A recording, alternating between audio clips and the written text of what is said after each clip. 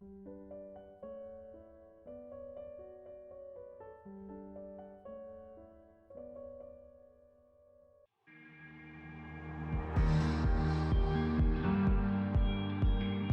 The Lord आप सभी को। इस सप्ताह के आराधना में आप सभी को स्वागत है। मैं आशा करता हूँ आप सभी इस लॉकडाउन के समय अच्छे होंगे और हमारे ऑनलाइन सर्विस को भी देख रहे होंगे। प्रभु ने हम सभी को फिर से एक मौका दिया है उसके वचन को सुनने का लिए। आज का जो विषय है वो है एरियो की दीवार। हम आज एरियो की दीवार के बारे में सुनेंगे। हमारे जीवन में भी कुछ दीवार है जो हमारे लिए बाधा लाता है। चलिए जानेंगे प्रभु ने किस तरह उनके लोगों को विजय दिलाया है। हमारे बीच में पास्टर जोनाथन है, वो अभी आएंगे और वचन में अगुवाई करेंगे और हिंदी में अनुवाद करेंगे हमारे बीच में ब्रदर सैम कैल्वेट। धन्यवाद। Good morning to all of you. आप सभी को good morning. We welcome you all once again. आप सभी को हम स्वागत करते हैं। Today's topic will be the walls of Jericho. आज का जो विषय है वो है यरीहो के दीवार। We will have a short prayer and then we will go to God's word. एक छोटी सी प्रार्थना हम करेंगे, उसके बाद परमेश्वर के वचन को देखेंगे। Lord, we thank you and we glorify your name. We thank you that how great you are, how marvelous are your deeds. Lord, we thank you for the great works you have done, Lord, as we ponder on your word. Teach us and show us. Teach us and build us by your truth. Your word is your truth, Lord. Help us to know and grasp the depths of your word, and help us to see your great power and your marvelous deeds which you did in the midst of your people. We thank you. In Jesus' name we pray. Amen. आमीन। So today the topic is the walls of Jericho. तो आज का विषय जो है वो है यरीहो के दीवार। We will begin with a verse and we'll read 5 verses from Joshua chapter 6 verse 1 to 5. एक वचन के द्वारा हम शुरुआत करेंगे और हम 5 पद पढ़ेंगे। वो है यहोशू की किताब उसका 6वां अध्याय। It says, Now Jericho was straitly shut up because of the children of Israel. None went out and none came in. Verse 2, And the Lord said unto Joshua, See, I have given into thine hand Jericho, and the king thereof, and the mighty men of valor. Verse 3, And ye shall compass the city, all ye men of war, and go round about the city once. Thus shalt thou do 6 days. And the 7 priests shall bear before the ark 7 trumpets of ram's horns. And the 7th day ye shall compass the city 7 times, and the priests shall blow with the trumpets. And it shall come to pass that when they make a long blast with the ram's horn, and when you hear the sound of the trumpet, all the people shall shout with a great shout, and the wall of the city shall fall down flat, and the people shall ascend up, every man straight before him. यरीहो की पुस्तक उसका माफ कीजिएगा, यहोशू की पुस्तक उसका 6वां अध्याय उसका 1 से लेके 5 पद तक। यरीहो के सब फाटक इजरायलियों के डर के मारे लगातार बंद रहे और कोई बाहर भीतर आने जाने नहीं पाता था। फिर यहोवा ने यहोशू से कहा, सुन, मैं यरीहो को उसके राजा और शूरवीरों समेत तेरे वश में कर दूंगा। इसलिए तुम में जितने योद्धे हैं नगर को घेर ले और उस नगर के चारों ओर एक बार घूम आए, और 6वां दिन तक ऐसा ही किया करना। और 7 याजक संदूक के आगे आगे भेड़ों के सींगों के साथ नरसिंग लिए हुए चले। फिर 7वें दिन तुम नगर के चारों ओर 7 बार घूमना, और याजक भी नरसिंगे फूंकते चले।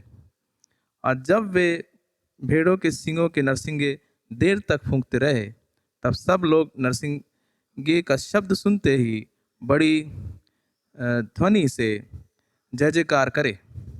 तब नगर की सरपना नेव से गिर जाएगी और सब लोग अपने अपने सामने चढ़ जाएं। So, many of us are familiar with this event. हम में से बहुत लोग इसके विषय में जानते हैं। Now, God gives a command to Joshua saying that the priests shall blow, 7 priests shall blow 7 trumpets and circle the city once for 6 days.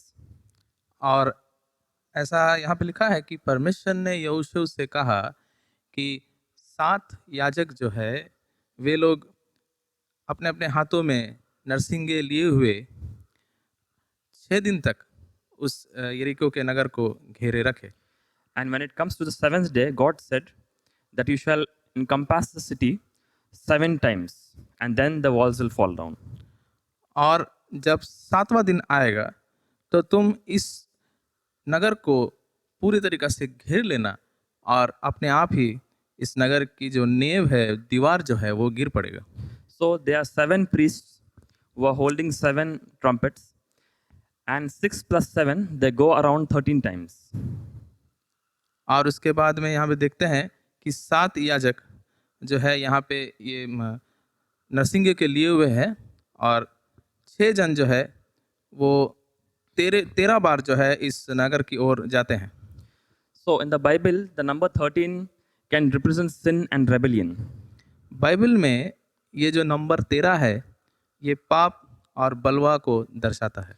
But also in the Bible, 13 can represent the priest or the tribe of Levi. और Bible में हम ये भी देखते हैं कि 13 जो है वो याजक या लेवी का जो दल है इसे भी दर्शाता है। Because in Numbers chapter 16, the people rebelled against the authority of Moses.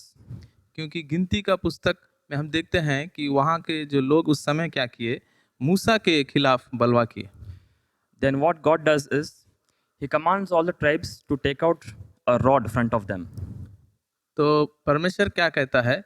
परमेश्वर कहता है कि सारे दल के सामने तुम एक छड़ी को निकालना। And then He also says to Aaron to take out his rod and keep it front of them. And Aaron's rod is the 13th rod. और परमेश्वर हारून को कहता है कि तुम अपना छड़ी निकालना और हारून का छड़ी माना जाता है कि 13वां छड़ी है। So the 13th is represents the tribe of Levi and the priesthood. तो 13 को हम देखते हैं कि वो लेवी का दल को और याजक को दर्शाता है। Also Jesus had 12 disciples, but Jesus was the 13th one. और फिर हम देखते हैं कि यीशु मसीह के भी 12 चेले थे मगर यीशु स्वयं 13वां था।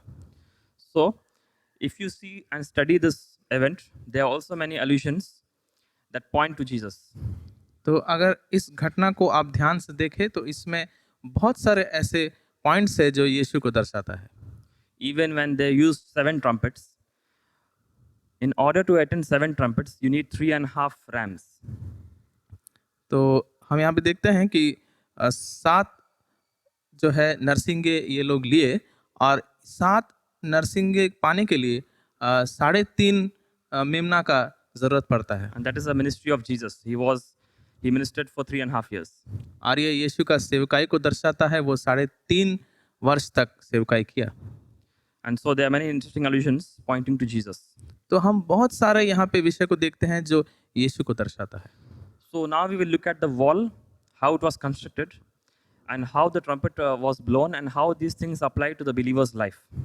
तो अभी हम उस दीवार को देखेंगे और हम देखेंगे कि किस तरह से वो नरसिंगा फूका गया और यह भी देखेंगे कि एक विश्वासी के जीवन के साथ में ये कैसा तालमेल रखता है। Now in Joshua chapter 6, verse 1 it says, the gates of the city were shut. और यहोशू की पुस्तक उसका 6वां अध्याय का पहला पद में लिखा है कि जो नगर का जो फाटक है वो बंद था। In the Hebrew it says it was shut. The word shut is used 2 times. और इब्रानी में 2 बार इस्तेमाल किया गया है, बंद था। It means it was closed very tightly. उसका यह मतलब होता है कि बहुत जोरदार तरीका से बंद था। And so it can mean that, but also it can mean that there were 2 doors or more than 1 gate that was shut. तो उसका मतलब यह भी हो सकता है और ऐसा भी हो सकता है कि 2 फाटक से भी ज़्यादा फाटक वहाँ पे थे जो बंद थे। But it is very interesting. Immediately after that, God says, see that I have given Jericho into your hands. और यह बहुत ध्यानपूर्वक है कि तुरंत उसके बाद ही परमेश्वर कहता है, देखो मैं यरीहो नगर को तुम्हारे हाथों में सौंप दिया हूँ। Now when Joshua came to the city, he saw actually there were two big walls around the city. जब यहोशू इस नगर में आया तो इस नगर में वो देखा दो महान दीवार। According to the archaeological findings and history, there were actually two walls around the city. One was the outer wall and one was the inner wall. और पुरातात्विक के खोज के अनुसार इस नगर में दो दीवारें थी, एक भीतरी और एक बाहरी दीवार। There were also German archaeologists and British archaeologists who have done this survey. तो हम देखते हैं कि जर्मनी और अ, और एक नगर के भी देश के जो लोग हैं जो ब्रिटिश का है, वे लोग दोनों मिलके इस छानबीन को किए। And there are many archaeological findings that have been made. और बहुत सारे ऐसे पुरातात्विक खोजबीन ये लोग किए। Now, if you see the word wall, the first appearance of wall appears in Exodus chapter 14, verse 22. और दीवार का शब्द को अगर देखते हैं तो पहली बार ये निर्गम की पुस्तक उसका 14 अध्याय का 22वां पद में लिखा गया है। It says here, and the children of Israel went into the midst of the sea upon the dry ground, and the waters were a wall unto them on their right hand and on their left. तब Israeli समुद्र के बीच स्थल ही स्थल पर होकर चले और जल उनकी दाहिनी ओर और बाईं ओर दीवार का काम देता था। So Joshua witnessed these things, and he witnessed this parting of the Red Sea. तो हम देखते हैं यहोशू जो है वो एक गवाह ठहरा। ये जब लाल समुद्र को पार किए तो ये चिन्ह को, ये चित्र को अपने नज़रों से वो देखा। So he saw that the sea turned into two walls on the left and on the right. तो उसने अपने आंखों से देखा कि ये समुद्र का पानी बिल्कुल एक दीवार के समान खड़ा हो गया, बाईं ओर और दाईं ओर। And so, when he comes to Jericho, he faces the same scenario where there is a wall on the left and the wall on the right. ठीक उसी प्रकार से जब वो यरीहो नगर में आया तो उसी दृश्य को वो फिर एक बार देखता है कि दो दीवारें थी, एक बायां ओर और एक दायां ओर। And so, when Moses parted the Red Sea, the Egyptians followed them. But soon, both the walls of the sea, it came upon them and it destroyed them. They were drowned. तो हम देखते हैं जब मूसा पार करता है समुद्र को और उसके बाद में उसके पीछे पीछे फिरौन का सेना जब आता है तो हम देखते हैं कि मध्य स्थान में वो दोनों दीवार पानी का जो था वो उनके ऊपर में गिर पड़ा। Even the word Egypt is plural, and the word Egypt means double straits. It means the upper Egypt and lower Egypt. और हम देखते हैं कि मिस्र का शब्द को भी अगर आप देखते हैं तो यह भी एक बहुवचन है, प्लूरल है। यह ऊपरी ओर को दर्शाता है और निचली ओर को दर्शाता है। So Joshua already witnessed a similar event in the past. तो हम देखते हैं कि योशू जो है ऐसे ही दृश्य उसके समय में देखा था।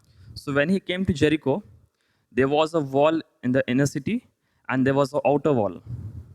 तो वो यरीहो नगर में जब आया तो नगर के अंदर में वो देखता है कि एक दीवार है और नगर के बाहरी ओर में भी एक दीवार को देखा उसने। And according to archaeological findings, there were also houses between both the walls. और पुरातात्विक खोज के अनुसार ये दोनों दीवार के बीच में घर पाए गए। That's where Rahab, a lady, her house was near the wall. राहाब नामक एक स्त्री, उसका घर भी हम देखते हैं कि दीवार के पास में ही था। And so Joshua was going to witness a similar event, that both the walls are going to fall and destroy the people staying there.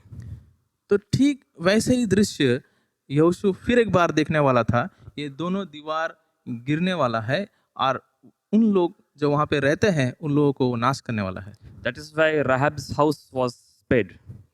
मगर देखते हैं राहाब ये जो स्त्री है उसका घर बच गया। It means many people's house or many people were destroyed. उसका मतलब बहुत सारे दूसरा घर जो थे वो नाश हो गए। It's very interesting that when Moses parted the sea and when they departed from there, it was a Sabbath day. यह जान के आश्चर्यजनक होगा कि जब मूसा ने लाल समुंदर पार किया तो वो सबत का दिन था। And when God commanded Joshua and the people to surround the city. The seventh day, according to Jewish tradition, was the Sabbath.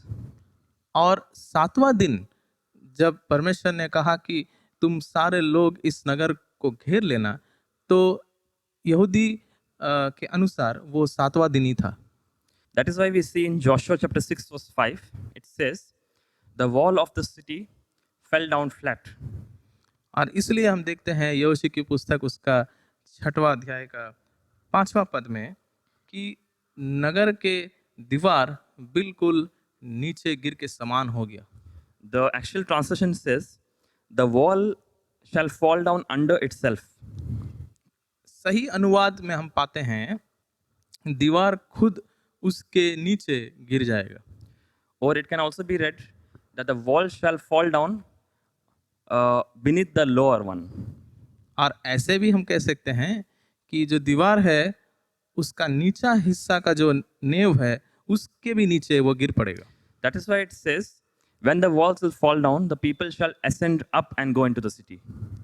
इसलिए लिखा है कि जब दीवार गिर पड़ेगा तो लोग उसके ऊपर में चढ़ के नगर में प्रवेश करेंगे। So both the walls fell, but the inner wall fell beneath the outer wall, and it created a ramp, and people could climb up and ascend up. तो दोनों दीवार यहाँ पे गिरे, मगर भीतरी दीवार जो है वो बाहरी दीवार के ऊपर में ऐसे गिरा कि एक सीढ़ी के समान वहाँ पे चित्र नजर आता है। So people did not know that this could happen. The walls looked too big, but God had a big plan. तो लोग तो असंभव समझते थे कि ये कैसा होगा, मगर परमेश्वर के लिए उसका बहुत बड़ा एक उद्देश्य था। Now, there might be many types of wall or barriers in our life.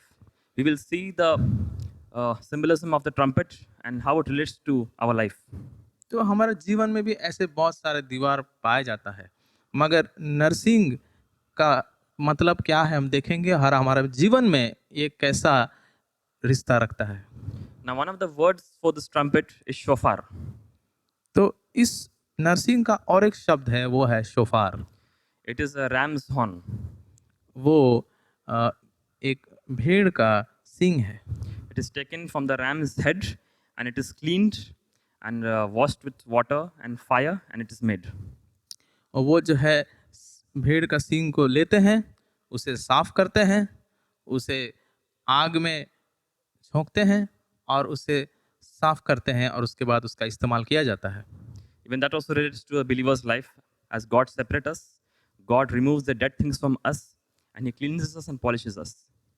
ठीक इसी प्रकार से हम देखते हैं जब परमेश्वर भी हमको चुनता है तो हमें वो लेता है, हमें वो साफ करता है और जितने भी गंदगी हमारे भीतर में है उसे वो निकालता है। So we will see what is a shofar and how a believer can blow a shofar. तो अब हम देखेंगे ये शोफार क्या है और एक विश्वासी किस प्रकार इस शोफार को फूंक सकता है। Shofar means a trumpet. शोफार का मतलब होता है एक Narsing. Now in the Hebrew language, the sixth letter of the Hebrew language, it is in the shape of a trumpet.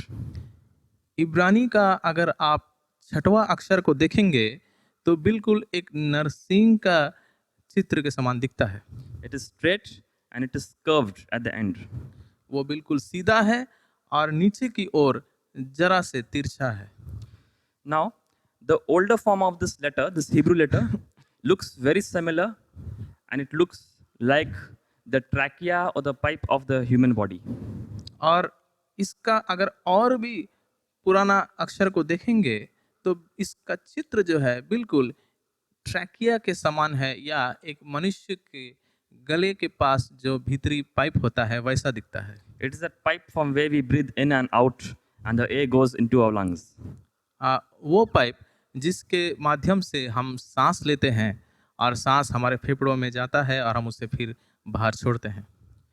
So, this trumpet or the shofar symbolizes your voice and a believer's mouth and your praises and worship.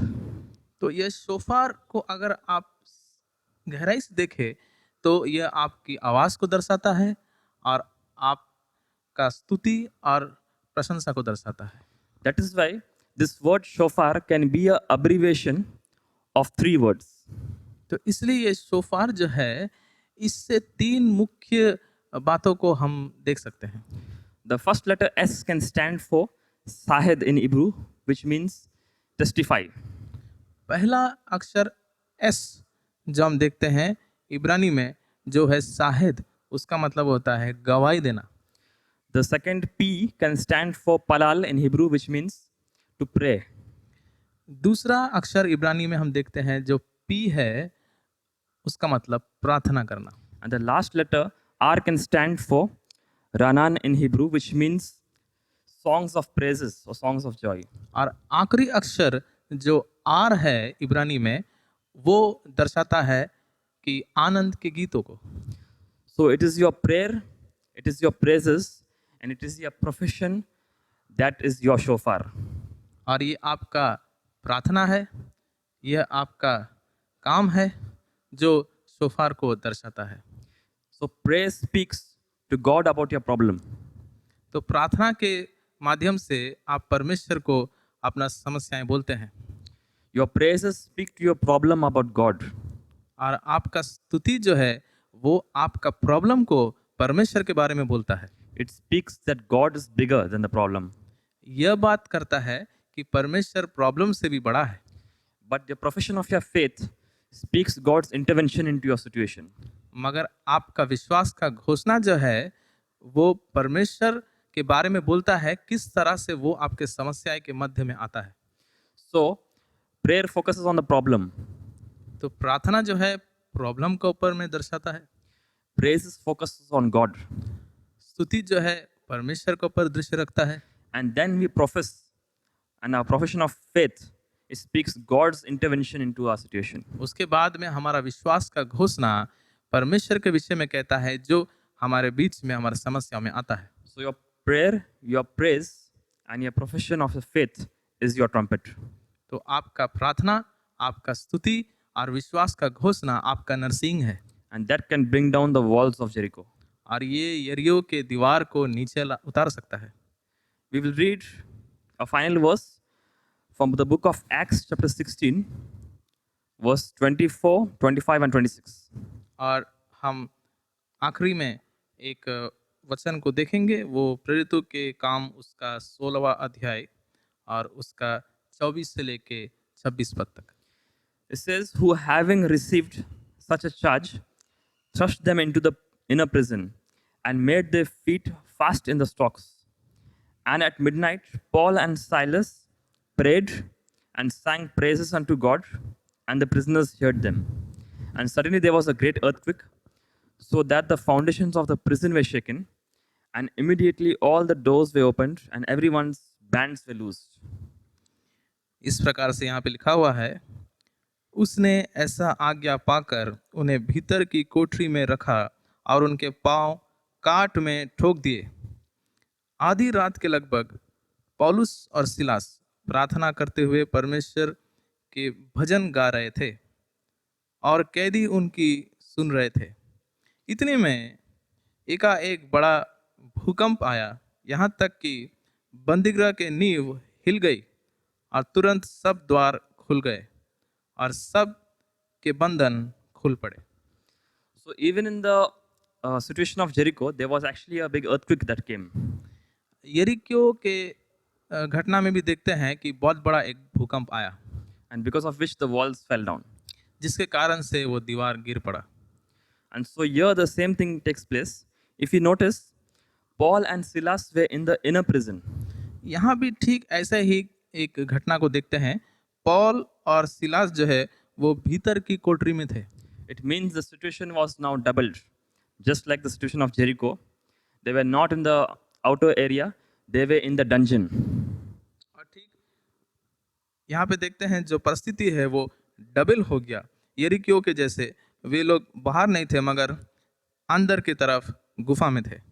But this was the lifestyle of Peter and Silas. It says they prayed and they sang praises to God.